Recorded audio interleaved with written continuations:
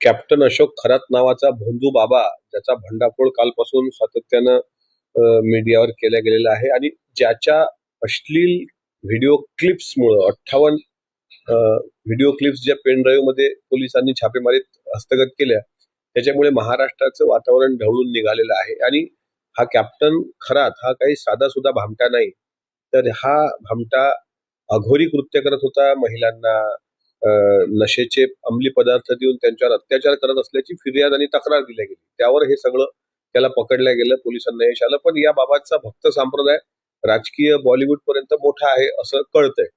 त्याच्यामुळे एक फोटो मी पण ट्विट केलाय की व्हीएसआर व्हेंचरच्या अधिकाऱ्यांसोबत किंवा व्हीएसआरच्या पायलट सोबत तो व्हीएसआर विमानाच्या समोर उभा आहे.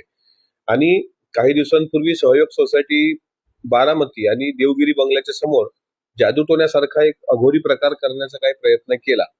तर रुपाली ठोंबरे पाटलांची भावना जरी सरळ असली, पण त्यामागचा उद्देश समजून घ्या. अंधश्रद्धा निर्मूलन समितीचा कायदा या महाराष्ट्रात लागू आहे, त्यामुळे अघोरी पूजा परंपरा ज्या काही केल्या जातात त्यावर आमच्या थोतांडावर अजिबात विश्वास नाही, किंवा दादा सुद्धा तसा थोतांडावर विश्वास करणाऱ्यांपैकी अजिबात नव्हते.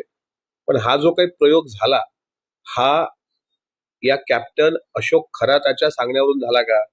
आणि जर केला असेल तर कोणी केला असेल? कोण त्या दादांच्या जीवावर उठलं होतं? म्हणजे कॅप्टन अशोक खरात याचा धागा जर त्या पूजा विधीपर्यंत जात असेल, अघोरी पूजापर्यंत, आणि त्यानंतर तो धागा जर व्हीएसआरच्या मालकापर्यंत जात असेल, तर दादांच्या घातपात प्रकरणात या बाबाचा हात असल्याचा संशय अजून बळावतो. त्यामुळे जी काही चौकशी समिती आता सरकारने एसआयटी नेमलेली आहे, त्या एसआयटीच्या अंतर्गत त्या बाबाचं आज कारतूस जप्त केलं, बंदूक जप्त केले, पेन ड्राईव्ह जप्त केले, फार्म हाऊसवर छापे पडले. खरंच काहीतरी निघणार. पण अजितदादांच्या विमान अपघाताच्या दृष्टिकोनातून सुद्धा त्या बाबाचा तपास झाला पाहिजे.